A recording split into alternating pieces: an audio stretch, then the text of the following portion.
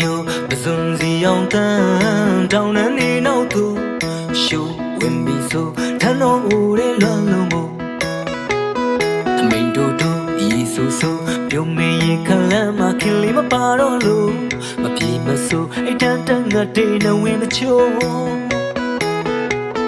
လွမ်းစရာတနေ့တစ်မျိုးမျိုးတနေ့တစ်မျိုးမျိုးထိန်ကြီးအောင်လာရောင်ဖြာတော့ကိုယ့်ရဲ့အနာဂတ်လေးရမောင်းတဘာဝရဲ့လာရီတော့မေးချင်တော့တဲ့ဖြစ်